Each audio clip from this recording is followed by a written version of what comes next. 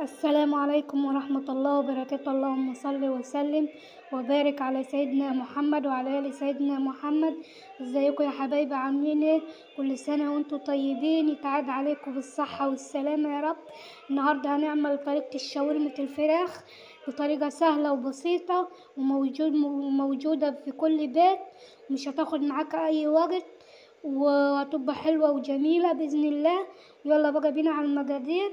معانا اللهم صل على النبي دون صدر من الفراخ اهو زي ما انتوا حضراتكم كده شايفين، ومعايا طماطمايه انا مقطعاها شرايح، ومعايا دون فلفل رومي على فلفل احمر على فلفل اصفر، ومعايا دي بصلايه برضو مقطعاها شرايح، والتوابل معلقه ربع معلقه بهارات 7 بهارات، ونص معلقة ملح، وربع معلقة قرفة، ونص معلقة كمون على فلفل أسمر.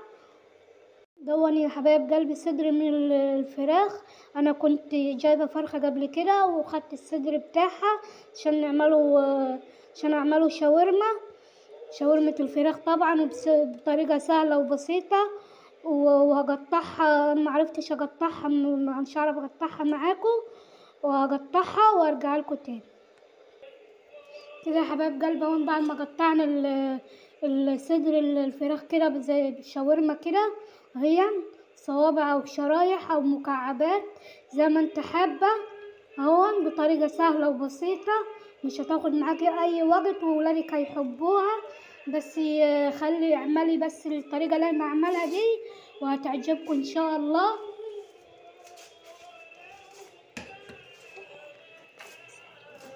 اعذرونا اعذرونا على الشكل.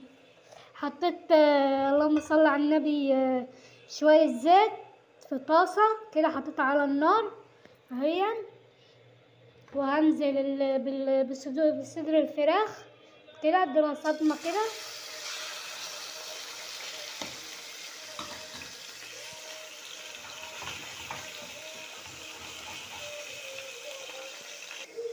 كده يا حبايب قلبي. اهو بعد ما حطيت اللهم صل على النبي صدور الفراخ كده، هي الشاورما بتاعتنا كده خدت صدمه كده في شويه زيت، وما تتغير لونها هنحط عليها البهارات، الملح والقرفه والسبع بهارات كده، هو ننزل عليهم كده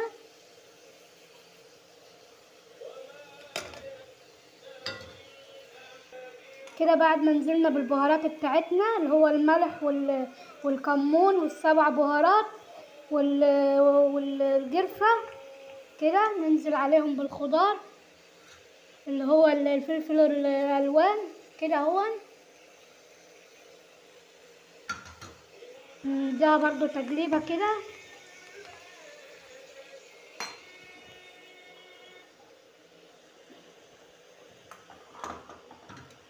ننزل عليها كده بالبصل برضو، ونحط الطماطم كله كده على بعضه بطريقة سهلة وبسيطة، مش هتاخد معاكي اي وقت. شايفين بقى يا حبايب قلبي شكل الخضار حلو ازاي؟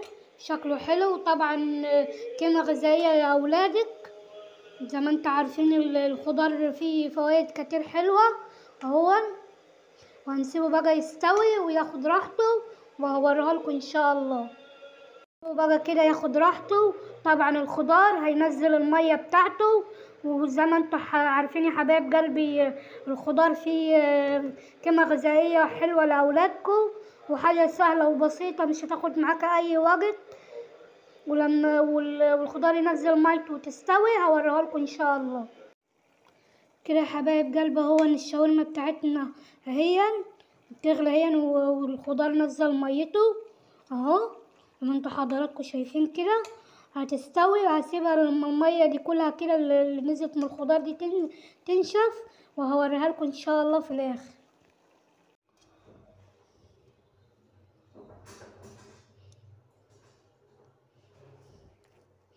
وده يا حبايب قلبي هون بعد الشكل النهائي هون بتاع الشاورما بتاعتنا.